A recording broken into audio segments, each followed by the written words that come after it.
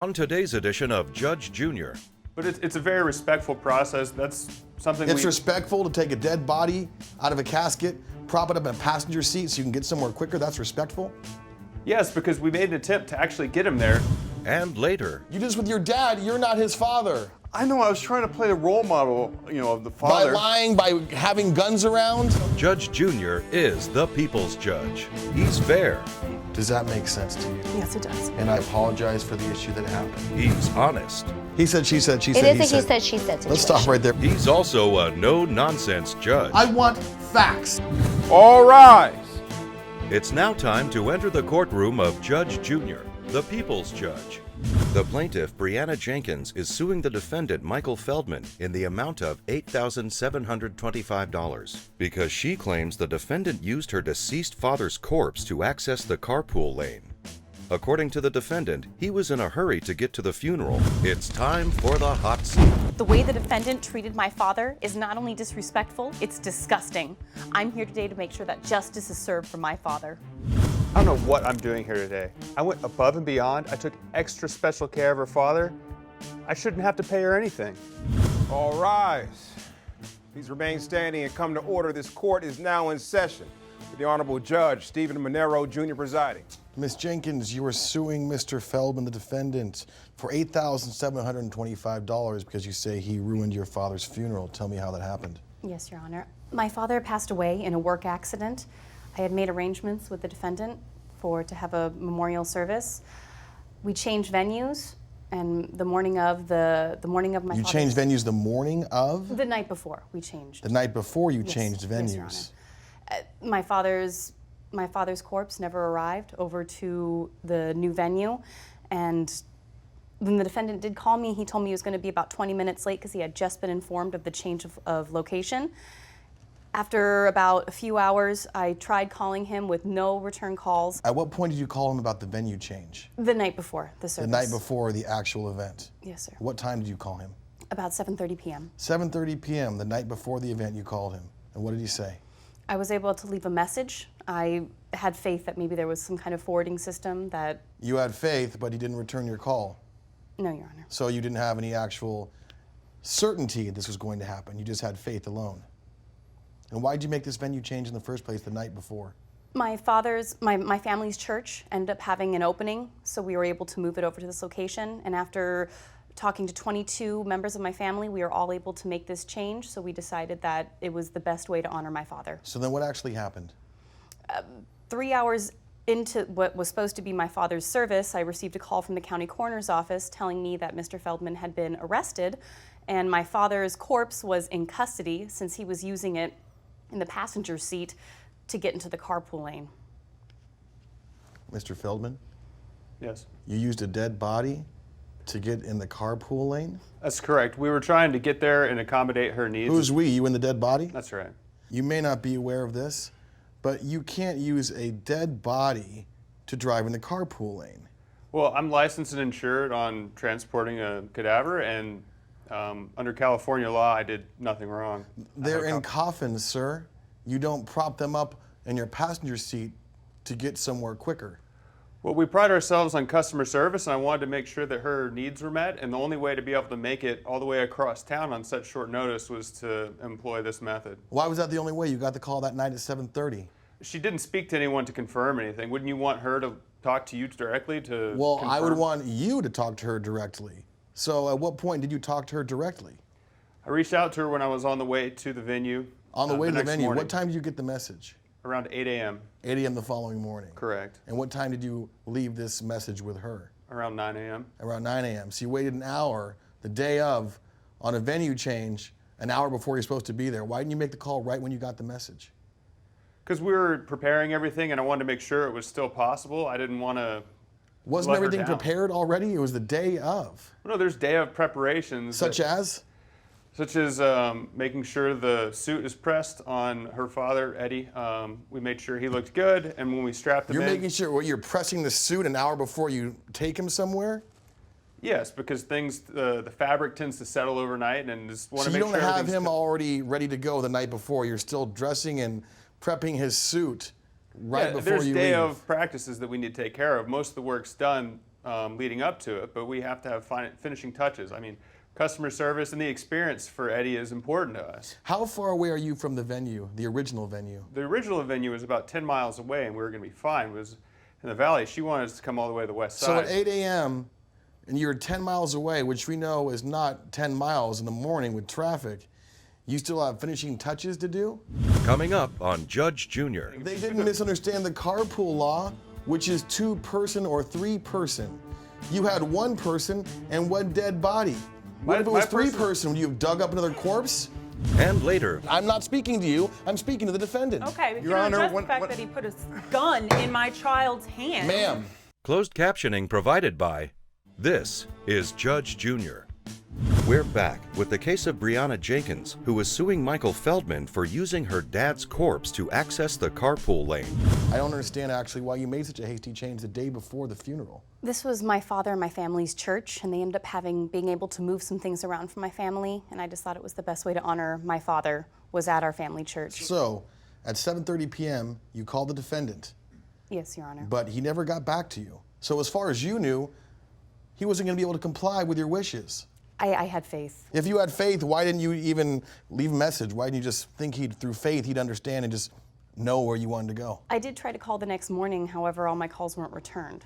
So what time did you call the next morning? The next morning it was about 9:30, half hour before the service. Wouldn't that be the first thing you do in the morning is find out whether he's going to make it or not? With everything, What's going- everything? all the planning, the food preparations, all the families that I had. These things weren't taken care of before the morning of? With the last minute change, there were a lot of changes that we had to accommodate. Such as?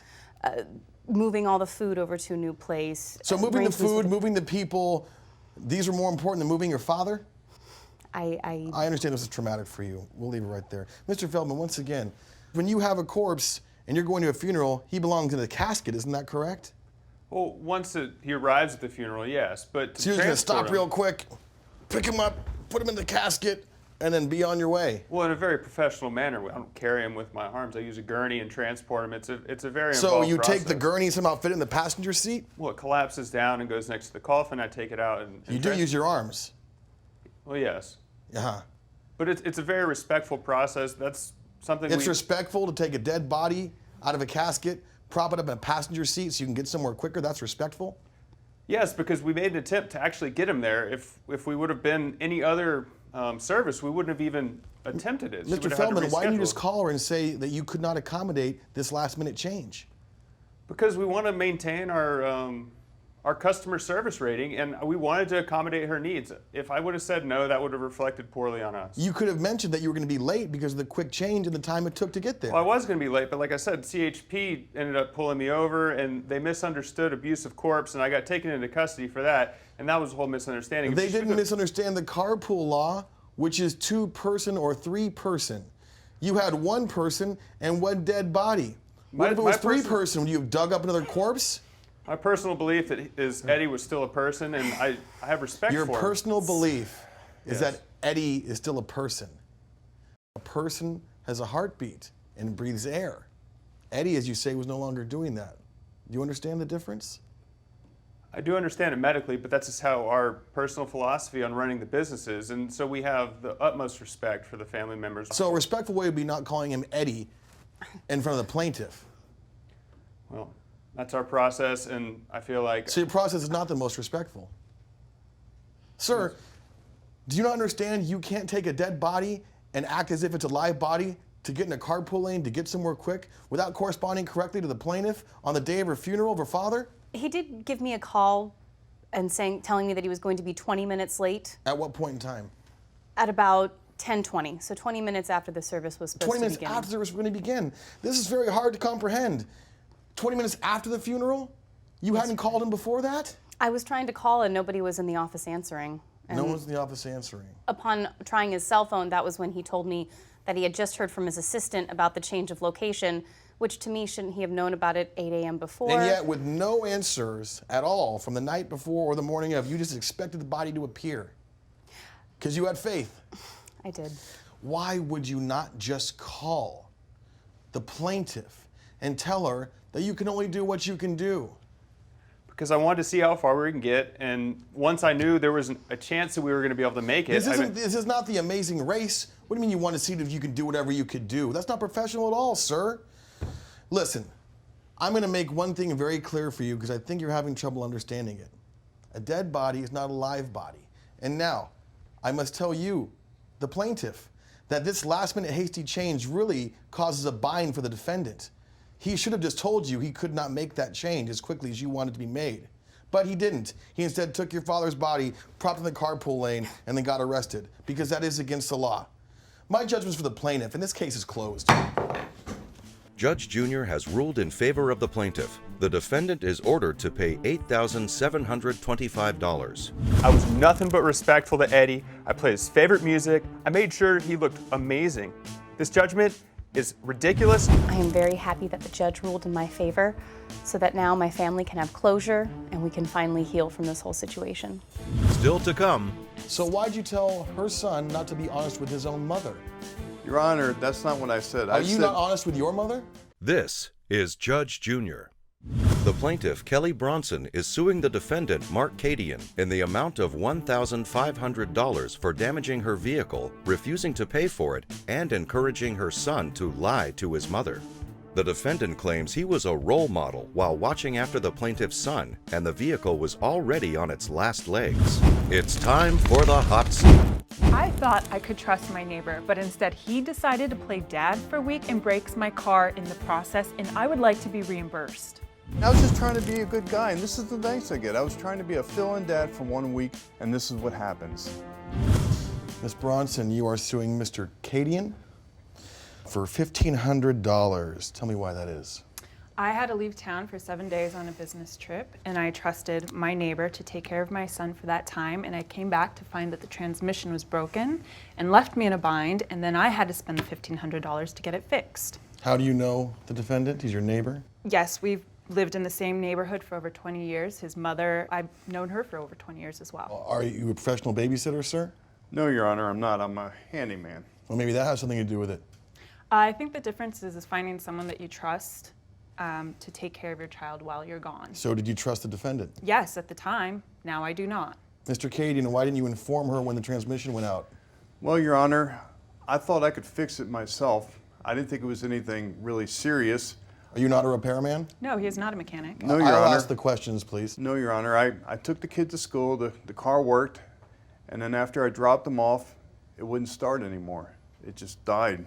It just died. Yeah, it wouldn't start at all. So you dropped him off, Yes, I did, Your and Honor. then you started the keys. Yes, sir. And nothing happens. You're stuck there at the school. Yes, Your Honor. What happened was, when I couldn't get it to start, I called AAA, and they towed it into a mechanic, and they told me it needed a new transmission, which was about $1,500. So for the week, I had to pay out of my own pocket. I had to rent a car to accommodate her son so I could take him to and from Mr. school. Cadian, you can put your hand down. Okay. Mr. Cadian, why did you not inform her right away when the transmission went out in her automobile? I really didn't want to say anything to her because she entrusted me to her son, so she expected me to take care of him for a week, and I did. But this has nothing to do with her son. This has to do with the vehicle. If I was driving someone's vehicle and it broke down, the first thing I'd say is, hey, your beater broke down. What are we going to do about this? It's an old car. It was just a matter of time before it died out. And it just happened to happen on your watch. Yes, Your Honor. But then you didn't want to tell her about it. Initially, I didn't because I thought I could fix it, but I don't have $1,500. Again, you thought you could fix it, but you took it to a mechanic. Because I thought that maybe, I could see how much it would cost, and then I checked to see if I could fix it, and I just don't have that kind of money. How much money do you make as a handyman? I generally make between $10 and $15 an hour. So then why in the world do you think you could fix this automobile with your own funds? You know what? You just take a second and think about that. Ms. Bronson, have you had any issues with the automobile previous? It is an older car and it does have a lot of miles, But but that's I not the maintenance question. it on a regular basis, and I feel like if a transmission is about to break, there are a few warning signs before that happens. Such as? Such as noise. Noise. When you start the car, there's noise. When you honk the horn, there's noise. Well, like I said, it's a older car, so I've had issues as. So you have had issues. That was the question. Well, I think any car over 40,000 miles has issues. Any car over time. 40,000 miles? Any car Yeah. over 40,000 miles has Your issues. brake pads need to be changed. Your tires need to be rotated. So are these the issues you were having with the car? No, What issues were you having with the I car? didn't have any issues. You didn't have any issues. This old car gave you I no just issues. keep regular maintenance so as not to have issues like this happen. So the answer to the question is you Yes. have not had any issues with the car. Correct. And just as a side note, it is a stick shift, and if someone doesn't know how to drive a stick shift, and we do live in a hilly neighborhood, it will burn the clutch. Did you ask the defendant if he knew how to drive a stick shift? I sure did. Do you know how to drive a stick shift? Certainly, Your Honor. Not what my son said. Coming up you know on this? Judge Junior. Look, if I see someone on the street that's 80 years old, they're going to have problems. How do you know that? My grandmother lived to 99. She had no problem until 97. I'm done with your assumptions. You're watching Judge Junior. We're back with the case of Kelly Bronson, who is suing her neighbor, Mark Cadian, for ruining her car's engine and lying to her son. No, I mean, it's just, I was trying to be a stand-up guy. I wanted to By take... lying to her and not telling her what happened in the car. Because I didn't want her to worry about this. I thought that I could take care of this myself, so I didn't want to worry You her. keep saying that, but you didn't take care of it. So stop right there again. Miss Bronson, when did you find out exactly what had happened to the car? When I got back in town. When you got back in town. Came back in town late Sunday, so of course I have to go back to work on Monday, and that's when I found out that my car was broken. And you said your son told you this. My son told me this, and he also told me that he wanted to tell me that Monday that it did happen, but that he told my son not to inform his mother. So he wants to play rent-a-dad. One thing that you should do is tell a kid to be honest. So why'd you tell her son not to be honest with his own mother? Your Honor, that's not what I said. Are you not honest with your mother? Always, always. I'm a stand-up guy. You're a stand-up guy, like Yes, you I am. keep I'm a saying. great You're guy. a role model. Yes, I so am. as a role model and a stand-up guy, Yeah. why wouldn't you have her son do exactly what you would do for and with your own mother in this account? Because like I said, Your Honor, I was entrusted with her son for 1 week. We're talking about a car. No, I know that, and that's what I'm leading up to, Your Honor. She entrusted me with that car, so I thought I could fix it. You've said that umpteenth times. But that's why, you know, and I told the kid, look, you don't need to say anything because I'll take care of it. And that's what happened. You don't need to say anything because I'll take care of it. That sounds Yeah. like what a murderer says to an Oh, accomplice. no. I mean, that's a little different. No, We're not getting anywhere with the car thing. What'd you do with her son for the whole week if you couldn't drive him All right, anywhere? Your Honor, I rented a car out of my pocket. I paid the money. So I thought I'd do some of the things that I thought, you know, little boys like to do. We went hunting, we went What? fishing. You went Whoa. Ma'am, I'm ma'am. sorry. You took my son hunting? Miss Bronson. I was not aware of this. Miss Bronson, did your son not tell you what happened during the week? No, apparently he told my son not Okay, to tell me well, what why don't happened. you calm down because your son's okay, is he not? He is alive. He's you alive. had a son and you found Miss out that someone Bronson, took doesn't him. matter who or what I have, and you need to calm down. Stand Your up, sir. Your Honor. So you're telling me that all little boys like to go hunting, so you took them hunting. Where would I you go thought he'd hunting, like in the to do- neighborhood? We went to Arrowhead, you know, National Forest. What else did you do? All right, we went hiking. You can put was your hand not down and you can stop okay. talking. I'm not speaking to you, I'm speaking to the defendant. Okay, but Your you don't Honor, address when- the fact when- that he put a gun in my child's hand. Ma'am, this works a certain way and it's not working the way it's supposed to right now. We went hunting. He didn't handle the gun, I did. So you weren't doing what little kids like to do, you were doing what you like to do. I did this with my dad when I was a kid. You did this with your dad, you're not his father. I know, I was trying to play the role model, you know, of the By father. lying, by having guns around? What a role model. Your Honor, the reason I didn't lie. You did lie. I just didn't say anything That's because the same as lying, Mr. no. Cadian. Look, this was a car that was on its last legs. It had 200. Are you an auto mechanic? How do you know this? Look, if I see someone on the street that's 80 years old, they're gonna have problems. How do you know that? My grandmother lived to 99. She had no problem until 97. I'm done with your assumptions. The judge will give his ruling when we return. This is Judge Junior. How is your son? Is he okay? Is he harmed? Is he traumatized? Is everything okay with him? My son is still alive. Thank you for asking. But does he have any scratches, any bullet wounds? Is he okay? No, but I do have to have a discussion about being honest. So maybe you need to have more communication with your son on how to be honest in all cases. Yes. Yes, and we'll When- stop right there. Okay. Mr. Cadian, Yes, sir. here's the bottom line. You say her car had issues. Yes. You say it was ready to go. Yes, Your Honor. Now, if this was the case, anyone in their right mind in your situation, the first thing they would have done is spoken to the plaintiff, let them know their automobile was in repair, and that you had to come up with another solution. You didn't do that, sir. You were hiding information. And I believe the reason why you were hiding information is the car was wrecked on your watch because of your doing. So, because of this, my judgment is for the plaintiff, and this case is closed. Judge Junior has ruled in favor of the plaintiff. The defendant is ordered to pay $1,500. I gotta pay $1,500. I was just trying to help out. I was just being a fill-in dad for a week. I just wanted to go hunting.